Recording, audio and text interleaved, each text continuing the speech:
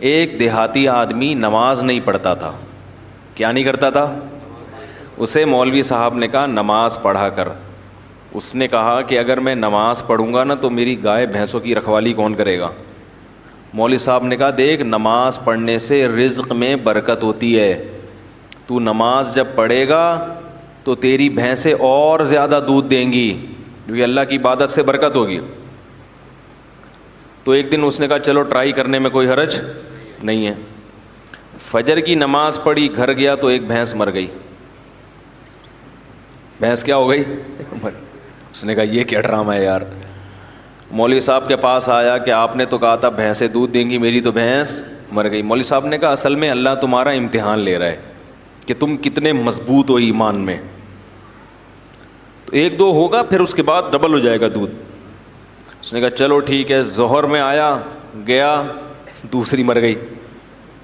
پھر امام صاحب کے پاس آیا. امام صاحب نے کہا ابھی امتحان کی کچھ کڑیاں کیا ہیں, سخت کڑیاں ہیں اور یہ ابھی کچھ گھڑیاں باقی ہیں امتحان کی. پھر آ گیا, عصر پڑھنے گیا تو ایک اور بھینس مر گئی. تو ایک کٹا ہوتا ہے نا بھینس کے چھوٹے چھوٹے بچے, وہ بہت شور مچا رہا تھا. تو یہ اس کو کہتا ہے زیادہ شور نہیں مچا, تو خالی 2 نفل کی مار ہے. تو کیا ہے, یعنی تیرے پیرنٹس کو مارنے کے لیے نا 4 فرض پڑھنے پڑے ہیں.